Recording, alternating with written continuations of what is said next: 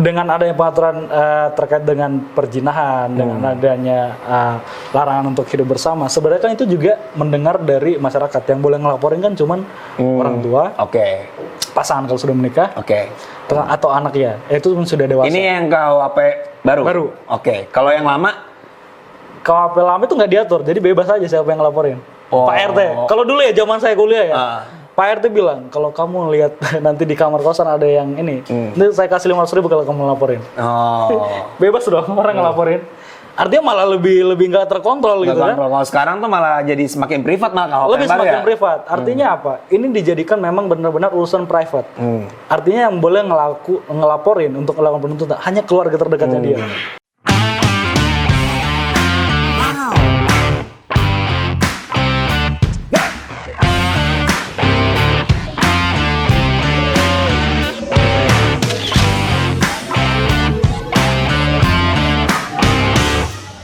Ketemu lagi sama kita di Suara Warga di channel Sekolah Politik dan Komunikasi Indonesia. Warga setempat kita akan membahas sesuatu yang fenomenal, sensasional. Kenapa lo beli topi ini, Cok? Tanya kenapa kan? Kenapa? Biar dapat tituler. Soalnya Deddy Corbuzier ya. Soalnya RUU KFP udah disahin, jadi butuh backingan yang lebih keras. Backingan Anda kurang kuat ya, backingan Anda selama saya ini. sekarang kurang keras jadi. Tadi ngomong-ngomong soal KUHP nih bro, kan lagi pro kontra nih. Nih kita ngundang Mas Arif Saron Simanjuntak. Siap. Wes, rapi banget Biasanya kayak Rudy Salim. Arif Saron Simanjuntak. Iya. Biasanya nih pasti pekerjaannya berhubungan dengan air nih. Nah, gue pertanyaannya, kenapa orang Batak selalu identik jadi avokat atau jadi konsultan hukum? Lah iya bro, iya kan ya? Iya, benar. Kenapa tuh? Mungkin karena dari lo kenapa akhirnya milih pekerjaan ini sekarang? Iya. Jadi kayaknya karena ini ya, kalau melihat dari karakter suku Batak itu kan dia itu suaranya agak vokal keras ya. Keras, ya. Terus kita perantau kebanyakan memang harus berani untuk ngambil keputusan yang menimbulkan inilah, maksudnya kayak lo harus berani ngambil keputusan ini gitu. Jadi salah satu modal untuk jadi pengacara kan paling nggak lo harus ada PD dulu. PD. Dan nggak takut apa-apa gitu kan. Jadi ya udah ketika merantau terus di bidang hukum masuk tuh dengan suara keras itu orang-orang bisa lebih yakin kali ya. Oh gitu. Yang penting keras dulu lah ya. Nanti keras dulu. Bener salah jangan. Yang penting PD dulu. PD dulu. Tapi sekarang aktivitas di mana nih bro? Aktivitas sekarang kerja di kantor pengacara di Harparti Maritim di Jakarta. Jadi sekarang di kantor nanganin masalah pidana, masalah corporate, dan ada banyak masalah tentang isu teknologi juga sih. Kita tahu. Tarifnya berapa? Di belakang. Ya udah nanya nih, kita ngomongin soal hal-hal yang lagi dibilang sih kontroversi ya. Kan lo tadi bilang lo konsen ke pidana dan hari ini KUHP lagi rame nih, rame banget. Bukan rame, udah disahin. Iya. Mau ngapa lagi? KUHP iya. Rame. Bingung juga. Dan orang kan lagi kita ngapain ngebahas ini lagi orang udah disahin? Ya minimal orang harus tahu juga Pak. Di dalamnya tuh ada apa gitu kan. Karena setahu gua kan KUHP ini baru ya. Sebenarnya apa sih yang ngebedain KUHP dulu sama sekarang gitu bro? Ya. Kalau ngelihat ini bahasa kita bikin bahasa yang ini aja lah ya, maksudnya bahasa yang gampang dipahami gitu. Iya betul. Apa sih yang ngebedain KUHP lama dengan KUHP baru? Jadi kalau di KUHP lama itu kan konsepnya itu, aku jelasin dulu ya. Konsep kita undang-undang hukum pidana itu adalah pemidanaan. Artinya kita ngehukum orang lain atas kesalahan yang dia perbuat. Nah, jadi KUHP lama itu yang kita adopsi dari Kitab Undang-Undang Hukum Belanda, Wetboek van Strafrecht namanya itu, lebih menekankan kepada tindakan dan penghukuman. Ya, jadi kayak ketika kita melakukan sebuah tindakan dan itu bertentangan dengan aturan, dihukumlah dengan aturan hukum ini. Dan di KUHP yang baru lebih menekankan kepada bagaimana selain penghukuman itu, tapi lebih kepada memasyarakatkan masyarakat. Artinya apa? Sejahat-jahatnya kita itu masih dianggap sebagai manusia. Artinya ada permaafan juga di situ. Selain dengan penghukuman, selain dengan adanya tindakan yang dihukum itu ada permaafan. Artinya tidak semua kejahatan, tidak semua tindakan itu harus dipenjara. Gitu. Jadi ada kategori-kategori yang dimaafkan dalam artian, oh ini kejahatannya ringan nih, biar nggak menemuin penjara, ya udahlah digantilah hukumannya, ada denda gitu kan, terus ada kerja sosial seperti itu. Jadi lebih kepada memunculkan suatu stigma baru bahwa hukum pidana itu tidak cuma untuk merendahkan martabat orang lain, tapi lebih kepada mengembalikan si manusia ini, yang orang tadi itu, kepada harkatnya dia sebagai manusia sebelum dia melakukan tindak pidana itu, bikin dia menyesal lah gitu. Termasuk harkat koruptor. Ya kan ini juga, betul. Ini juga menarik ya, karena kan di koruptor katanya ini dikurangin masa tahanannya itu kenapa tuh bos? Nah jadi sebenarnya nggak dikurangin masa tahanannya, tapi memang ada dibikin minimal. Oke. Kalau di undang-undang korupsi yang baru kan minimal 4 tahun tuh. Terus di KUH pidana dibikin minimal 2 tahun gitu kan. Rasio desidensi kalau dibilang logika hukumnya kenapa sih diturunin gini. Ini saya ngambil dari dosen saya dulu waktu ngejelasin ya. Jadi gini, kita anggap dalam suatu instansi atau dalam suatu apalah ini korupsi lah ya.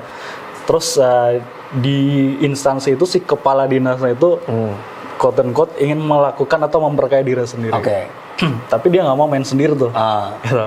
Dengan kuasa kewenangan yang dia miliki, dia suruh anak buahnya. Contoh lah, dia baru lelang jabatan, ya kan? Ada 50 orang lelang jabatan, udah dia angkat semua. Terus dia bilang ke anak buahnya itu, orang-orang 50 tuh udah gua angkat tuh. Lu mintain lah uang capek gua, uang tanda tangan gua. 50.000 aja per orang. Contohnya. Si anak buahnya ini yang disuruh ini kan dia karena ada hierarki kan dia merasa ada tekanan dong. Oh iya, itu kayak kasus Ferry Sambo kemarin. Anggaplah seperti itu ya. Artinya kan gini, seidealisme kita kadang-kadang kita ngeliat, aduh ini ya, karir gue nih, ada segala macam nih, ada segala macam faktor. Aduh, padahal gue juga dapet nih. Kan iya dong. Betul. Terus dia akhirnya ngejalanin tuh, dia kumpulin lah. Terkumpul lah, anggaplah terkumpul 50 juta gitu kan. Terus diserahin tuh ke bosnya tuh. Oke. Nih bos, 50, nah, kamu 20. Anggaplah dikasih berapa, contoh 5 juta lah gitu kan. Karena kan 50 juta, 5 juta. Ada yang cepet tuh di media contohnya kan. Oh ini setil lelang jabatan, korupsi segala macam. Akhirnya KPK atau kepolisian datang, wah tangkap tuh. Siapa nih pelaku utamanya? Jadi di hukum pidana kita itu ada yang disebut pelaku utama, ada yang turut membantu. Nah, fair nggak ketika yang turut membantu ini yang dia cuman karena desakan lah, karena jabatan, dihukum sama dengan orang yang pelaku utamanya. Nggak fair dong. Gue suka nih. Pengacara banget ini. Logikanya pengacara banget. Kalau buat gue mah semuanya sama. Kalau buat gue bodo amat. Nah, tapi kan ada tekanan otoritas yang tadi itu bos, yang nggak bisa dihindarin kan. Tapi kita sepakat bahwa korupsi itu salah gitu. Cuman ada situasi-situasi atau keadaan tertentu yang membuat orang-orang dia sebenarnya nggak mau tuh ngelakuin itu. Tapi karena faktor lingkungan atau jabatan dia mau nggak mau. Nah di sini di KUH pidana kita ini hakim diberikan kesempatan untuk ngelihat nih orang nih pelaku utama nih nggak bisa nih dia nggak bisa 2 tahun, nggak bakal dikasih 2 tahun. Cuman yang orang yang ngebantu ini doang gitu kan. Contoh lah dia cuman dari keluarga yang nggak mampu atau obel lah mungkin yang disuruh gitu kan. Masa dihukum sama 4 tahun juga kan nggak fair, nggak ada keadilannya di situ gitu. Akhirnya dengan ada KUHP baru yang minimal 2 tahun ini, hakim bisa mempertimbangkan, oh saya bisa kasih dia hukuman di bawah itu. Artinya dia kasih 2 tahun lah contohnya gitu kan. Walaupun tetap ada penghukuman, tapi dia tidak sama penghukumannya dengan si orang pelaku utama itu yang terima banyak itu. Gitu kan. Jadi sebenarnya tuh yang buat yang kayak gitulah. Gitu tapi bukan berarti itu dipakai untuk orang-orang yang pelaku utamanya. Masih hakim juga ngelihat, gitu loh. Jadi masih ada. Tapi masih percaya sama hakim. Waduh, Anda terlalu. Aduh. Bukannya kemarin OTT. Anda, berpikir negatif. Iya, tapi maksud gue gini, terlepas dari perdebatannya, tapi mungkin ini nanti di bagian akhir sih, mungkin lu bisa jawab bahwa akhirnya kan sekarang semua orang menginterpretasikannya masing-masing kan. Kemarin Pak Yasona di tempatnya Om Deddy kan ngomong katanya ternyata yang 4 tahun itu sebenarnya 4 tahun unsur swasta, malah satu tahun dari unsur negara, jadi malah itu dinaikkan dari 1 tahun ke 2 tahun. Yang unsur swasta diturunin, kata Pak Yasona di podcastnya Deddy gitu kan. Itu interpretasi lo tadi bilang kayak gitu kan, jadi hakim punya ruang buat ngasih yang ini 4 tahun. Ini aja udah beda deh. Antara yang bikin sama yang mencoba menginterpretasikan nih. Gimana coba yang menegakkan nanti? Waduh. Lumayan di Cijantung. Aduh. Makanya tituler. Jadi tapi itu apa ya? Itu menariknya kenapa orang-orang gini. Saya merasa senang malahan gitu. Jadi banyak warga akhirnya dia aware dengan Regulasi. Pertanyaannya sebenarnya kan adalah apakah sebelum ini nggak ada regulasi tentang KUHP pidana gitu kan? Iya. Atau regulasi tentang korupsi ada, tapi tidak semenarik ini, tidak sehot ini. Gitu. Dan kebanyakan orang itu dia tidak mau peduli atau tidak mau tahu dengan aturan sebelum dia mengalami. Iya. Iya dong. Betul. Nah, dengan adanya regulasi, dengan adanya polemik inilah gitu, saya merasa kayak wah ini bagus nih, orang-orang akan lebih cepat paham ketika nanti sosialisasi dilakukan atau ketika nanti ini benar-benar disahkan. Karena sekarang kan belum ada tuh draft finalnya tuh, itu belum pegang. Belum ada. Kan masih di Gua disahkan. Enggak, tapi maksud gua kan bukan Di masyarakat. kan Anda bukan elit Enggak. nasional. Enggak, tapi Anda maksud salah gua kan itu udah dibahas informasinya, DPR. mohon izin. Tapi apalagi harusnya udah final dong. Final, tapi di masyarakat kan belum diundang atau maksudnya belum diserahin ini diteken yang Pak final Jokowi. ini. Belum Betul. diteken. Kalau udah teken Pak Jokowi udah. Udah itu yang final tuh. Udah final. Sekarang Jangan-jangan berarti masih bisa berubah dong. itu bukan rahasia jawab kali ya. Masih ada yang bisa berubah tiba-tiba nih.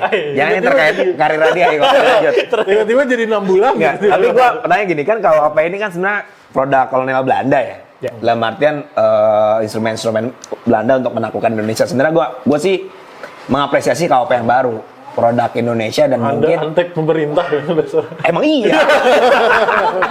Enggak, tapi ini bener ya, Cok. Ini hukum yang benar-benar dibikin sama profesor-profesor hukum di Indonesia ya. Kalau Dan gue mau nanya, kenapa harus sampai 59 tahun loh kita nunggu untuk perubahan ini? Apakah profesor-profesor sebelumnya tidak punya kekuasaan atau tidak punya pikiran untuk mengubah? Emang 59? 59 tahun, bro. Jadi Kok 59? Iya. Kan kita merdeka udah berapa tahun? Izin, itu kelihatan kan kapasitas gue sama unsur kan? Ini UI, gue unsur. Oke. Jadi gue lebih cing. lebih ini Kok ya, jadi lebih 59? melihat. Iya, jadi gini. Awalnya gimana sejarahnya? Coba. Sejarahnya gini. Ya ketahuan gue aja. Gak ketahuan gua gak baca tor tadi. Enggak ada editor juga, Cok. Lanjut. Jadi kan Ini sama benar orang yang hukum dibilang. Nah, jadi masuk ke Indonesia itu kan Belanda masuk ke Indonesia udah dari zaman kapan? Datang ke VOC terus penjajahan. Kan di Indonesia kan dulunya kan kita belum Indonesia lah ya. Masih masyarakat adat. Bisa. Terus Belanda datang nih. Terus dia lihat, nih Inlander ini mau diatur pakai apa nih? Masa di Madura, sedangkan dulu juga di Madura Jawa dengan Sumatera itu berbeda pengaturannya. Ya. Akhirnya dia bawalah hukum dari negaranya dia untuk ngatur masyarakat hukum adat ini, yang dia masih pakai hukum adat masing-masing. Oke, berarti itu ada proses penyeragaman aturan ada itu ya? Ada proses penyeragaman, unifikasi lah itu namanya. Nah, itu pakai bahasa Belanda yang diterjemahkan ke dalam bahasa Indonesia gitu. Jadi penerjemahan KUHP ini juga beda-beda, tergantung si ahlinya. Ahli hukum pidana yang mana yang memakai terjemahan. Jadi kadang-kadang orang itu bisa dipidana dengan penerjemah yang berbeda. Karena kita cari pun terjemahan resmi gitu kan, itu belum ada tuh untuk KUHP pidana. Dia Belum ada sworn translator dulu ya. Sworn translator belum ada. Akhirnya kita merdeka di 17 Agustus. Ya dong, merdeka 17 Agustus, tapi kita belum bisa ngebikin hukum sendiri. Di pasal 1 peralihan Undang-Undang Dasar kan ada kata-kata semua aturan gitu kan yang berlaku sebelum kemerdekaan masih tetap berlaku sampai dibuat penggantinya. Kurang lebih bahasa seperti itu. Sampai dibuat termasuklah itu namanya KUHP pidana. Hukum acara pidana, kita undang-undang pidana. Terus kita pun undang-undang perdata, KUHP perdata namanya. Itu juga masih dari Belanda tuh. Nah, kalau dari sepanjang saya lihat itu dari 1963 sebenarnya kita udah mulai untuk mencoba untuk bikin KUHP baru. Tapi ternyata nggak berhasil tuh. Nggak berhasil itu kenapa gitu? Sebenarnya sederhana sih. Sedangkan sekarang masih banyak penolakan gitu kan. Jadi dari 1963 udah direformulasi KUHP baru itu sesuai dengan masyarakat Indonesia, nilai-nilai kehidupan yang ada di masyarakat Indonesia. Tapi nggak baru berhasil ya 2022 itu nggak berapa tahun itu. Faktor-faktornya apa? Kalau saya melihat, faktor-faktor pertama faktor geopolitik. Zaman itu kita belum stabil banget kemerdekaan kita. Yang kedua, ahli-ahli hukum Indonesia itu masih sangat sedikit. Sedangkan undang-undang advokat aja ya, itu baru muncul 2003 tuh. Bayangin tuh, kita merdeka dari 1945, undang-undang advokat baru muncul 2003. Yang bikin organisasi advokat itu pecah kan? Karena itu tuh organisasi yang mana ngomongnya? Anda ikut peradilan mana? Nah, jadi dari sekian panjang perjalanannya itu ada penolakan, ada masalah politik, sosial. masalah keamanan geopolitik juga itu bikin negara kita tuh nggak bisa untuk menyelesaikan. Padahal draftnya udah ada. Tapi gue menarik deh, Orde Baru tuh nggak menggunakan kan logikanya ya, gue waktu zaman Orde Baru kenapa nggak ada tidak melakukan itu? Iya tidak melakukan itu, berarti jangan-jangan undang-undang yang lama itu dianggap efektif untuk melakukan represi terhadap. Wah, analisis Anda baru mulai kelihatan anak UI-nya Anda. Mulai Karena kelihatan gue anak mikir UI-nya Anda. harusnya kalau direvisi waktu Orde Baru lebih gampang dong. Kan nggak akan banyak penolakan kan harusnya. Nggak akan ada yang turun ke jalan Ya, gitu. karena kalau turun ke jalan kembali ke rumah. Iya, kembali ke rumah tanpa nyawa biasanya. Ya benar, tapi ini juga sih tergantung kepada kemauan politik. Oh, iya. Karena kan pembentukan kitab undang-undang hukum pidana ini juga ada unsur kemauan politik. Iya. Jadi kalau di saat itu apa ya, MPR ya? MPR-nya kan masih, contoh dia nggak mau tuh ngebikin regulasi baru atau DPR gitu. Jadi walaupun di orde baru sebenarnya bukan tidak berlangsung ya, ada tetap ada upaya juga. Upaya tetap ada. Tetap ada upaya juga. Jadi memang sudah dibentuk tim untuk merumuskan KUHP baru ini dari berapa? Jadi udah ada 9 profesor hukum yang regenerasi gitu untuk ngebikin draft ini. Tapi nggak berhasil karena pada akhirnya kan tetap di DPR. Akademisi bisa ngasih masukan draftnya seperti ini, tapi kalau DPR nggak mau ngesahkan atau nggak mau masuk di prolegnas kan tetap aja dia nggak bakal muncul tuh, nggak bakal tembus tuh undang-undangnya tuh. Gitu. Jadi kalau dibilang apakah KUHP lama itu efektif untuk dipakai di zaman Orde Baru gitu kan? Ya mungkin saja. Jadi ada beberapa orang mungkin yang melihat undang-undang ini bukan efektif ya, dia melihat itu menguntungkan dirinya. Betul. Kalau dibikin jadi yang baru itu akan merugikan. Dan kedua, faktor tekanan internasional. Kita harus ngakuin bahwa di negara kita tuh banyak undang-undang yang muncul setelah ada koneksi dengan lembaga internasional. Ratifikasi. Betul. Gitu. Contoh tentang HAM. ITE juga, persaingan usaha juga. Jadi ketika mereka mau masuk, contoh atau kepailitan juga. Ketika mereka mau masuk ke Indonesia, mereka ngelihat di Indonesia nggak ada hukum tuh. Terus mereka bilang ketika saya mau masuk nanti harus ada hukum Indo yang ngatur. Dengan KUHP pidana itu apa relevansinya? Banyak negara-negara lain juga yang nggak mau tuh ngelihat Indonesia lepas dari aturan yang membelenggu mereka. Karena apa ya? Ntar nih berdikari sendiri kan sebuah kebanggaan sebenarnya. Ketika negara itu bisa membuat hukumnya sendiri, tidak translaten dari negara lain lah contoh. Bahkan itu kata-katanya itu tidak mencerminkan kesetaraan. Contoh di bahasa di KUHP lama itu kan ada kata-kata penguasa. Kalau di Indonesia penguasa itu siapa sih? Itu bahasa-bahasa yang tendensius kepada otoriter. Sekarang kan contoh nih lebih kepada pemerintah. Kata-kata lebih pemerintah. Penguasa itu nggak ada lagi di aturan hukum Indonesia. Jadi kalau kita ngelihat faktornya apa sih? Bukan karena ketidakadaan niat dari si orang-orang Indonesianya atau dari akademisinya, tapi ada banyak hal lain yang mencoba untuk merintangi gitu. Jadi bisa gue bilang tuh KUHP yang baru ini jadi kayak proses dekolonisasi juga ya. Betul. Dalam proses hukum kita. Karena gue yakin kan hukum kan cerminan dari perilaku masyarakat dan saling berdialektik kan ya. Kalau hukumnya berubah, kemungkinan paradigma masyarakat juga berubah gitu ya. Betul. Kok pinter gue ya? Anda bisa berdiskusi. Anda pinter menjilat. Pinter sekali menjilatnya. Naik jabatan. Enggak, karena gue berpikir, oke, itu lama dan malah gue jadi bertanya gitu. Kenapa harus secepat ini sekarang? Apakah nunggu momentum sebelum 2024 gitu kan? Maksud gue ini udah lama nih.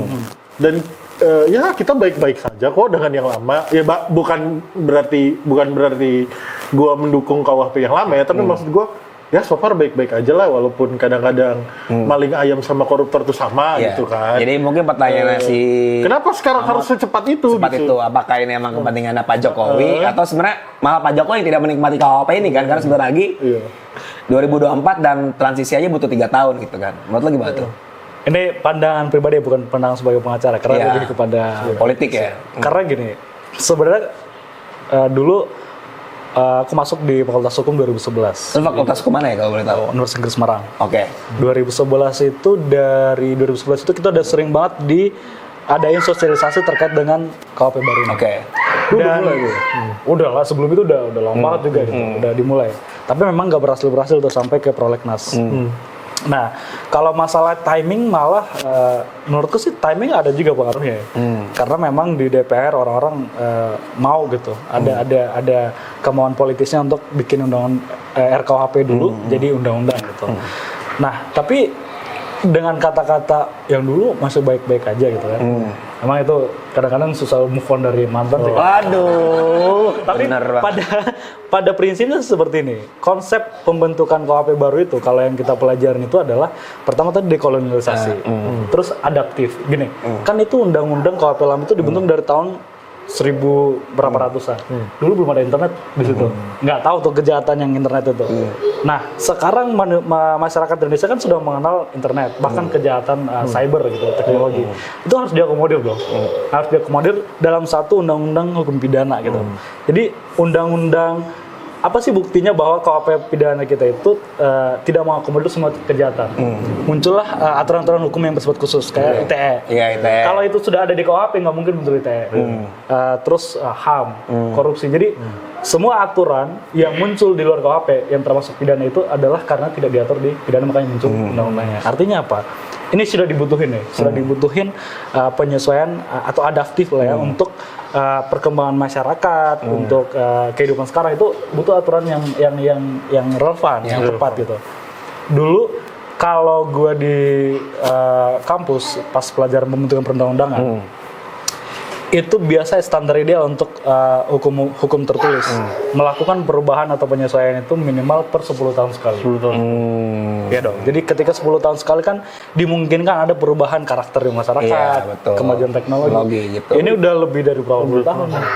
Berarti menurut gue yang paling long last itu santet. Dari 1800 sampai ke depan masih dipikirin. Masih dipikirin loh. Masih relevan. Buat bahas ini. Gila, gue jadi makin percaya nih. Gue mau narik ke ini sih pasal penghinaan kan. Kan sebenarnya bisa kita santai tapi penghinaan ini juga jadi isu yang ditakutin juga kan karena pasal karet kan. Itu emang ngeri itu bro KUHP sekarang. Katanya kalau misalnya apa-apa buat ngeritik pemerintah jadi susah, mau demo susah. Pakai gitu. Ya. Sederhananya gini ya sebenarnya. Tadi udah ada dua kata tuh, penghinaan terus kritik. Kan sebenarnya harus dibedain tuh. Dalam etimologi kata itu penghinaan itu apa sih, kritik itu apa gitu. Jadi apakah dengan menghina disamakan dengan kritik? Nggak juga. Gitu. Kalau menghina kan lebih kepada menyerang personnya. Gitu. Iya kayak gini, Dana bangsat tuh. Nah, itu penghinaan. personnya. Tapi kalau kritik lebih kepada kinerjanya, jabatannya, posisinya dia. Dia sebagai apa yang dikritik, bukan dia sebagai orangnya, gitu kan. Dana kinerja lo bangsat, itu kritik apa? Nah, lebih kepada kinerja kan. Kinerja. Oh, nggak apa-apa, Mas aman. Kalau Pak Yasona itu kinerja, soalnya kemarin dia dibilang bodoh, dia kinerja itu. Kinerja. Oke. Jadi di podcast Om Bedi loh. Oh iya. Terus di pasal kalau salah ya yang di draft baru 2 berapa mungkin 241 itu memang ada ancaman untuk orang-orang yang menghina presiden dan lembaga negara. Tapi bukan mengkritik, kata-katanya bukan mengkritik, menghina gitu. Jadi dibedain mengkritik dan menghina. Apakah itu akan menghambat kebebasan berpendapat? Enggak juga. Karena kita nggak apa ya? Kita itu dijamin oleh Undang-Undang Dasar untuk menyampaikan pendapat. Jadi nggak boleh undang-undang yang dibikin nggak boleh bertentangan dengan Undang-Undang Dasar gitu. Tapi adakah pasal ini? Ya pasal ini kan lebih delik aduan juga. Apa delik aduan adalah pemidanaan penuntutan baru bisa diproses kalau ada laporan. Betul. Siapa yang lapor? Orang. Dari siapapun kan? Enggak juga. Dari siapa yang ditujukan. Tadi kan contoh nih pasal penghinaan itu kan person, orangnya. Jadi orangnya yang mesti ngadu. Iya dong. Fansnya nggak boleh fansnya. Soalnya kan yang ada sekarang kan fansnya yang ngadu. Yang kalau sekarang fans nggak boleh. Fans nggak boleh. Kan kalau fans boleh ya nggak berantakan dong. Jadi orangnya, karena makanya delik aduan. Kecuali si fans ini dapat surat kuasa ya boleh-boleh aja. Kalau dapat surat kuasa. Si orang yang bilang, aduh saya sibuk nih, kamu aja lah yang ngurusin. Tapi fansnya sebagai tapi kan kalau DPR. Ini menarik deh. Ini kan yang paling ramai. Banyak kan yang mengkritik presiden, padahal presiden tidak bereaksi apa-apa, tapi relawan-relawannya yang mengadukan. Kan, itu di KUHP yang lama bisa. Sebenarnya di KUHP yang lama itu undang-undang ITE pasal 28. Di pasal ITE kan, di pasal 28 itu. Tapi kebanyakan kan bisa gini. Nah, di KUHP yang baru ini kalau saya lihat-lihat, jadi untuk hal-hal yang seperti itu, walaupun sebenarnya di SKB 3 menteri, bukan SKB 3 menteri sih, antara kepolisian, kejaksaan sama Kementerian Hukum dan HAM itu, kalau untuk yang delik pencemaran nama baik itu bisa nggak langsung dipidana, tapi restoratif justice didamaikan dulu nih, yang merasa tersakiti, terus si orang yang menyakiti merasa minta maaf nih, damai. Udah nggak usah diproses. Jadi sebenarnya nggak langsung masuk penjara gitu. Di sini juga KUHP yang baru juga itu ada restoratif justice. Jadi ada nggak upaya untuk memperdamaikan dulu di orang yang menghina sama yang terhina itu. Jadi apakah akan menghambat kebebasan berpendapat? Kalau menurut saya sih nggak juga. Tapi gini, saya harus menyampaikan satu hal seperti ini. Ini yang saya pelajari di waktu di kampus ya. Kan negara kita belajar mulu di kampus nggak pernah pacaran. Masalahnya nggak usah dikasih tahu. Jadi kan negara demokrasi itu kan ada banyak negara ya. Kita kan negara berada pada tahap demokrasi. Saya belajar yang namanya siklus Polybios. Siklus Polybios. Siklus Polybios itu dia mensikluskan suatu negara itu setelah dari demokrasi kemana, setelah dari demokrasi itu adalah satu langkah lagi menuju kehancuran. Ke mobokrasi. Setelah mobokrasi nanti autokrasi. Jadi itu berulang nanti siklusnya. Di demokrasi itu apa? Yang diangkat adalah kebebasan. Tapi kebebasan yang sebebas-bebasnya adalah anarki. Artinya harus dibikin aturan. Karena kalau nggak dibikin aturan, tadi saya bilang, demokrasi itu satu langkah lagi menuju kehancuran. Semua orang akan menyampaikan apa yang dia mau aja. Oh ini kebebasan saya. Tapi kalau nggak ada aturan akan hancur. Makanya di undang-undang KUHP yang baru juga harus dibikin aturan yang jelas. Ini beda kritik dengan penghinaan. Itu harus jelas diatur tuh. Terus Undang-Undang Dasar kita mengatur juga terkait pembatasan itu di pasal 28J. Artinya hak orang lain itu dibatasi oleh haknya orang lain. Benar. Artinya apa? Kita harus ngelihat itu tidak cuman kayak tendensi kita.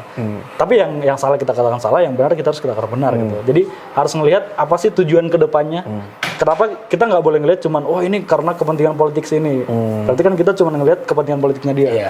Setelah itu apa? Kan ini undang-undang ini berlaku sampai mungkin Indonesia ya kalau kiamat dibilang sampai kiamat gitu kan kalau nggak ada perubahan. Jadi harus melihat ke situ juga sih. Kalau saya lihat dari sisi politiknya, dari sisi ya kemajuan zamannya, orang-orang semakin bebas untuk menyampaikan segala sesuatu. Kemajuan teknologi kalau nggak ada aturan, lebih baik ada aturan gitu kan dibanding tidak ada aturan. Nanti kita tertinggal karena sifat hukum kita kan tertulis. Bikin regulasi itu sangat lama. Beda dengan hukum kebiasaan. Kalau di Eropa kan ada kebiasaan gitu kan. Jadi bisa langsung mengikat. Kalau tertulis itu dia harus masuk dulu ke DPR, dibahas di DPR, nanti ada penolakan lagi. Ada kejahatan baru nanti nggak bakal bisa diakomodir tuh. Oke. Tapi ini ada yang juga jadi keresahan nih teman-teman muda. Katanya kalau KUHP itu check-in.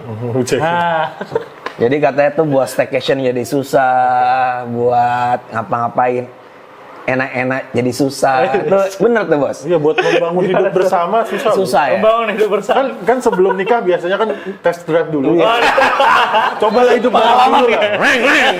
Hidup bareng dulu gitu. Kayak kebo gitu kan. Hidup bareng dulu gitu. Terus kenapa? Ya itu pertama satu pertanyaannya. Terus yang kedua apa bedanya kumpul kebo dengan seks di luar nikah gitu? Habis kan biaya nikah mahal. Betul lagi ya benar. Nikah belum? Udah nikah. Udah. Mahal kan? Makanya dites dulu. Tapi ini menarik gitu. Menarik dalam artian pola pikir yang berkembang. Saya tarik seperti ini. Kita kan adalah orang-orang Indonesia dengan adat ketimuran. Dengan adat ketimuran dalam artian kita menjaga tata krama dan norma. Jadi kalau hukum juga dia tidak berdiri sendiri. Hukum dalam pembentukannya melihat kepada norma masyarakat, norma sosial dan segala macamnya. Kenapa ada aturan nih untuk melarang check-in segala macam gitu kan? Dulu sebelumnya nggak ada masalah. Sebenarnya dulu sebelumnya juga ada penggerbekan. Penggerbekan juga, betul. Jadi sebenarnya nggak berubah juga sebenarnya gitu. Penggerbekan itu gitu. Tapi sekarang lebih diatur lagi. Kalau menurut saya adalah nilai yang hidup di masyarakat itu nggak seperti itu. Saya melihat dari pengalaman dan dari kunjungan ke beberapa masyarakat adat contohnya gitu kan. Mereka sangat menghargai yang namanya pernikahan, sakral, baik secara agama. Kita nggak boleh melupakan bahwa negara Indonesia adalah negara orang-orang beragama. Terserah mereka mau menjalankan dengan baik atau tidak gitu kan. Tapi di Pancasila kita, sila pertama adalah ketuhanan yang Maha Esa. Itu nggak boleh lepas juga dari faktor itu gitu. Terus mereka ada orang yang menolak ini susah check in segala macam gitu ya. Jadi sebenarnya itu masalah personal dia. Dia merasa kayak, ini terlalu mencampurin urusan privat saya. Tapi itu dari saya bilang, balik lagi hak orang lain itu dibatasi dengan hal-hal lain. Setelah itu kita harus melihat bahwa identitas aslinya orang Indonesia itu seperti apa sih? Mereka adalah orang-orang yang menjaga tata krama, menjaga adat ketimurannya mereka. Tidak boleh melakukan seks sebelum menikah, gitu kan? Tidak boleh dari agama yang saya tahu ya, dari semua agama yang di Indonesia, yang 6 agama itu melarang seks di luar nikah. Hidup bersama, kumpul kebo itu dilarang juga, karena tidak bagus dilihat masyarakat. Masyarakat dalam artian mungkin kita ngeliatnya kan di kota lah ya, jadi kayak terlalu udah biasa. Ini masyarakat adat adat Jaksel. Masyarakat Jaksel. Iya kan udah jadi semacam ada suku sendiri. Subculture ya. Iya, subculture. Betul. Jadi ada Jaksel terus. Ada saya ngeliat gini. Ya, ini mungkin pendapat yang tidak populer. Jadi ada peran pemerintah juga untuk menjaga agar kehidupan di masyarakat itu tetap dalam koridor-koridor tertentu. Dalam artian gini, ketika kita hidup bernegara, kita sudah menyerahkan sebagian hak kita kepada negara untuk diatur. Itulah konsep bernegara. Jadi nggak boleh semau kita, walaupun memang negara bertugas untuk menjaga kita itu.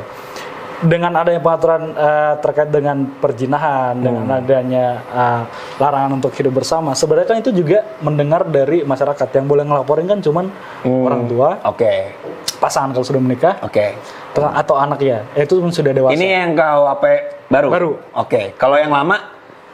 KUHP lama itu nggak diatur, jadi bebas aja siapa yang ngelaporin. Pak RT, kalau dulu ya zaman saya kuliah ya, Pak RT bilang, kalau kamu lihat nanti di kamar kosan ada yang ini, nanti saya kasih 500.000 kalau kamu laporin. Bebas dong orang ngelaporin. Artinya malah lebih nggak terkontrol gitu kan. Kalau sekarang tuh malah jadi semakin privat malah lebih semakin privat. Artinya apa? Ini dijadikan memang benar-benar urusan private. Artinya yang boleh ngelaporin untuk melakukan penuntutan hanya keluarga terdekatnya dia. Sebenarnya, maksudnya bukan dalam artian apa. Sebenarnya kan malah lebih terlindungi. Karena yang diatur itu cuman ini jadi urusan keluarga, bukan urusan keluarga. Ya, tapi lebih terlindungi lagi kalau nggak diatur. Kalau nggak dihukum. Enggak, Bro. Tapi gua logiknya jadi dapet nih. Iya, enggak, gua paham. Kalau dulu itu karena nggak diatur keluarga, jadi lo lagi berzina nih. Betul. Oh, Dana. Gua itu mau keras kan. Eksekusi kan. Dipersekusi. Sekarang diatur keluarga aja. Iya. Kan alangkah lebih baiknya kalau tidak diatur sama sekali kan. Iya. Iya dong. Kalau gitu tidak ada hukum saja di sini. Kita barbar. Tapi maksudnya gue nangkep. Emang sih kalau katanya balik lagi nih, sebelum dari sini gue dengerin dengan kusyuk podcast antara Pak Yasona dan Om Deddy gitu kan. Kata dia ini adalah kemauan sebagian kelompok yang ada, terutama siapa? Garis-garis beragama lah katanya gitu. Anda menyudutkan FPI? Enggak. Kan udah bubar itu semuanya.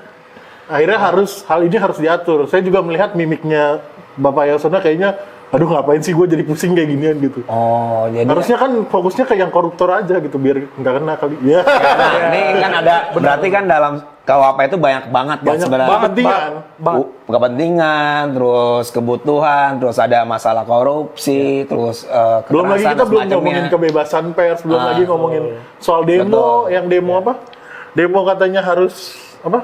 Boleh langsung dipenjara ya? Bisa langsung dipenjara kalau tanpa izin kalau nggak salah. Sebenarnya demo juga kan ada undang-undang untuk berserikat berkumpul kan. Ya. Untuk demo juga memang sebenarnya dari dulu udah diatur harus ada izin kan. Udah ada izin. Jadi itu yang saya bilang sih untuk menyuarakan kebebasan berpendapat itu juga harus ada aturannya. Ada aturannya. Kalau nggak nanti tiba-tiba di depan kita udah ada banyak orang nih. Iya. Terus mereka nggak izin ke polisi kalau mau demo ke studio Cigaja gitu kan. Ya siapa yang ngelindungin kita? Tapi gitu. kalau dia beli kopi nggak apa-apa. Artinya izinnya itu apa sih sebenarnya? Izin itu kan agar si polisi bisa menjaga nih. Kalau ada penyusup atau ada yang bikin apa, mereka ada perlindungan. Artinya mereka dilindungilah haknya. Ketika ada anggaplah kejadian-kejadian yang tidak mengenakan gitu kan. Artinya mereka bisa meminta pertanggungjawaban. Karena kan kita udah izin, kita udah mendapatkan perlindungan dari kalian. Tapi kalau demonya tanpa izin, siapa yang melindungi gitu kan? Artinya Allah Subhanahu wa taala, Anda tidak dengan kepercayaan. Iyalah. Anda ini perlu belajar agama ini. Tapi gue nih pertanyaan terakhir gue sih. Mungkin Mahmud kelar ada lagi. Berarti kalau menurut lo nih komposisi bicara soal KUHP keseluruhan. Jujur gue nggak baca, tapi gue yakin lo baca. Kira-kira kalau persentasinya yang negatifnya berapa persen, yang positif berapa persen antara KUHP yang sekarang ini dengan yang lama gitu?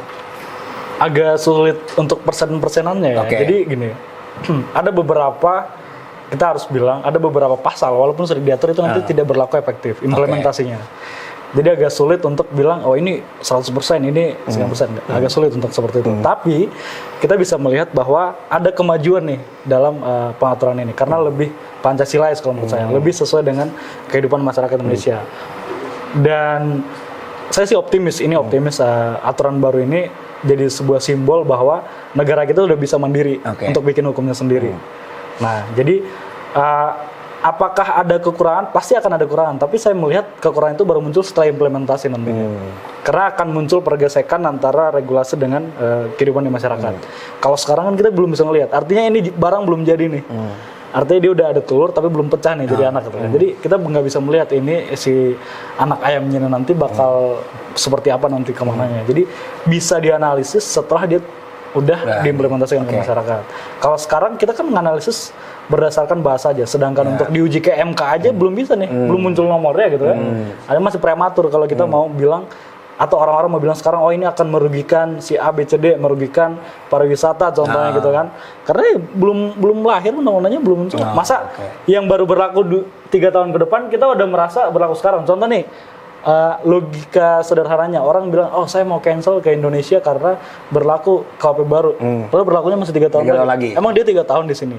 Iya. Ya kan, maksudnya ternyata dia cuman liburan seminggu kan, nggak ini kan, nggak make sense. Artinya kira-kira 3 tahun tuh cukup nggak ya buat nyari suaka ke negara lain?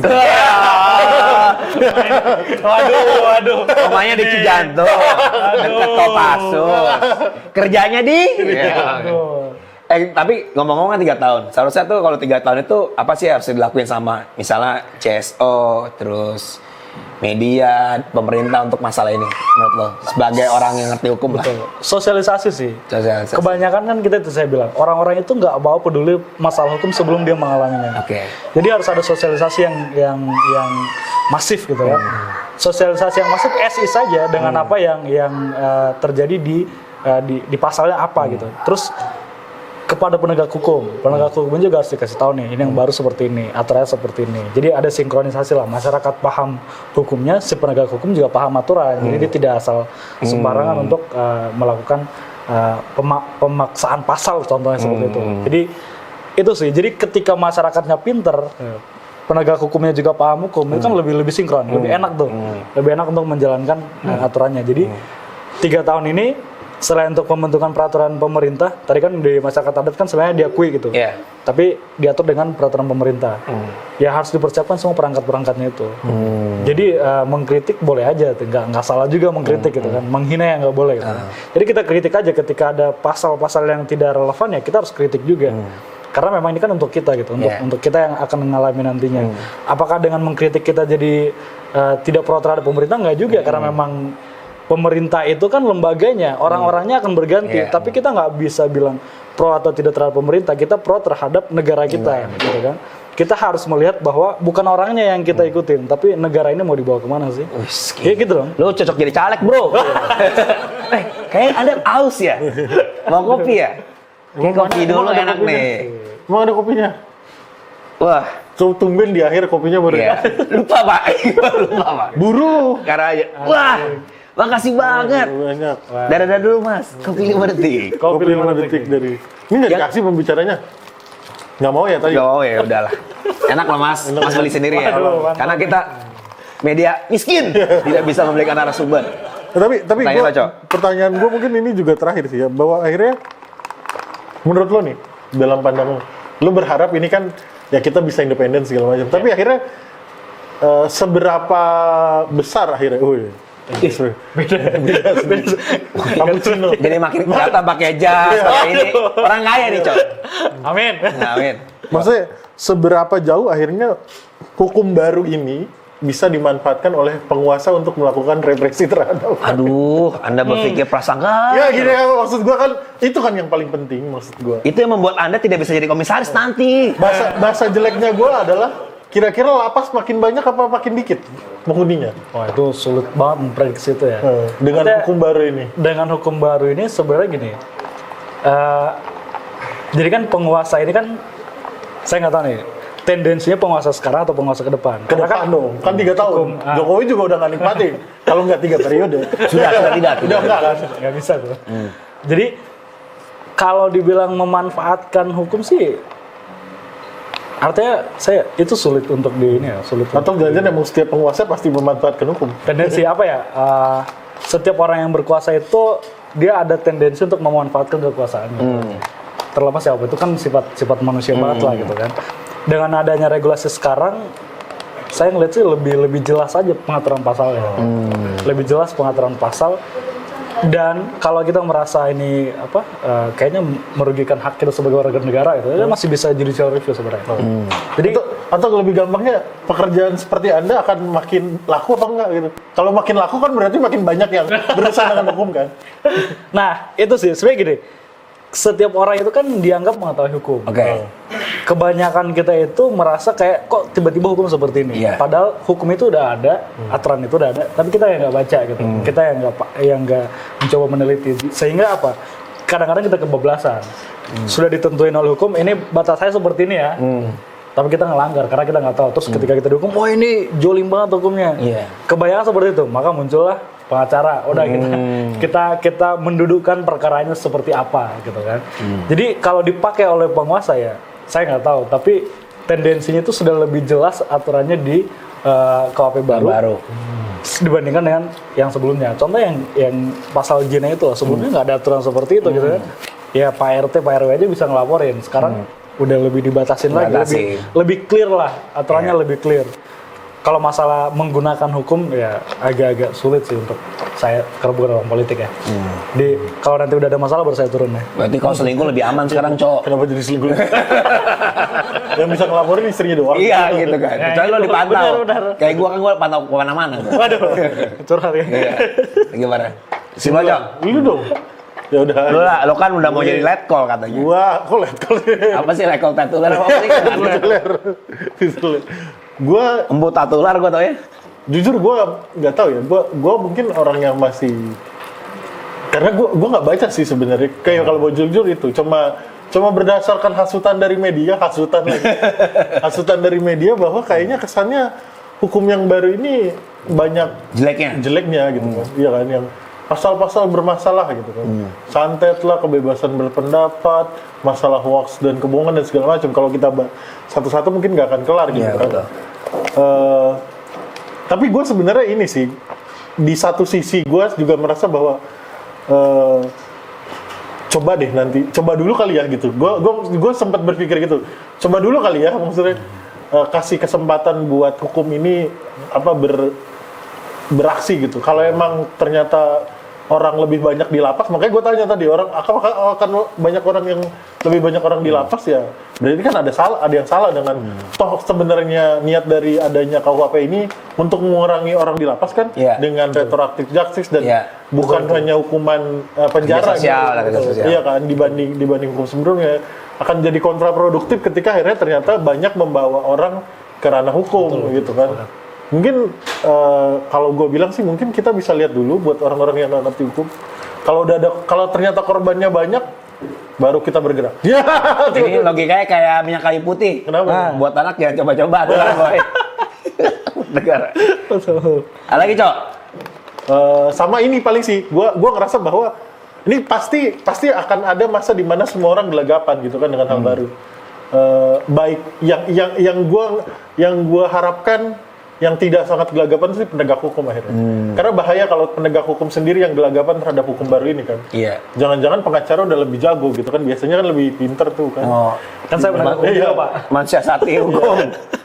Maksud gua mungkin harapan gue adalah si penegak hukumnya yang harus lebih ngerti gitu soal hukumnya terlebih dahulu gitu, nggak gelagapan dengan hukum-hukum baru. Nanti jangan sampai nanti ada apa istilahnya kalau hukum sebelumnya tuh apa?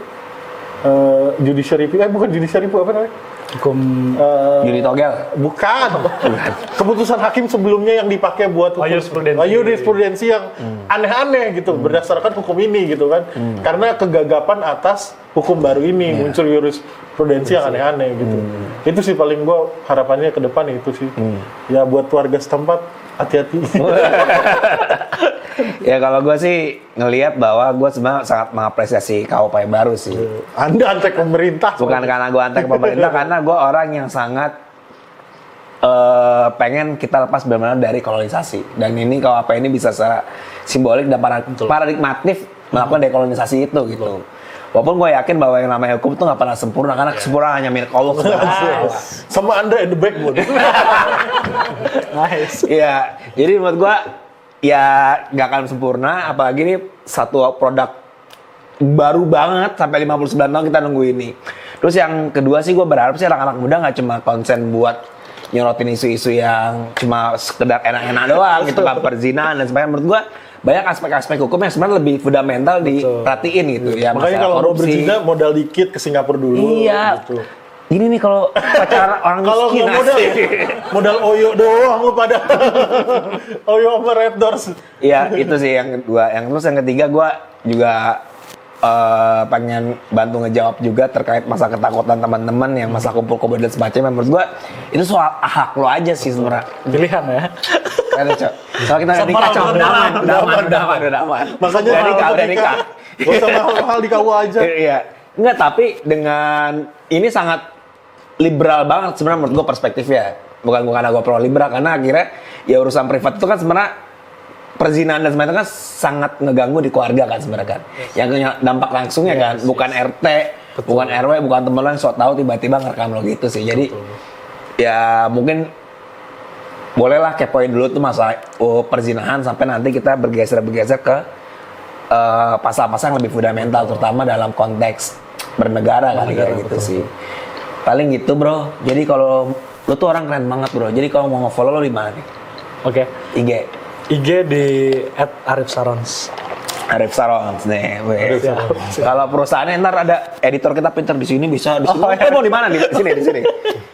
Pesanin ya, pesan sponsor ya. Iya, sponsor. Terus organisasi atau apa yang lo ikutin bisa mau?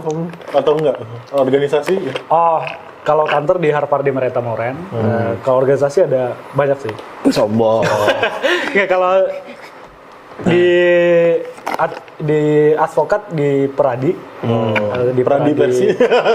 Oto. Canda gue Oto. Peradi pertama tuh. Terus ada di AI juga di bidang pembelaan profesi dan organisasi. Terus kurator di AKPI, Asosiasi Kurator Pengacara Pengurus Indonesia.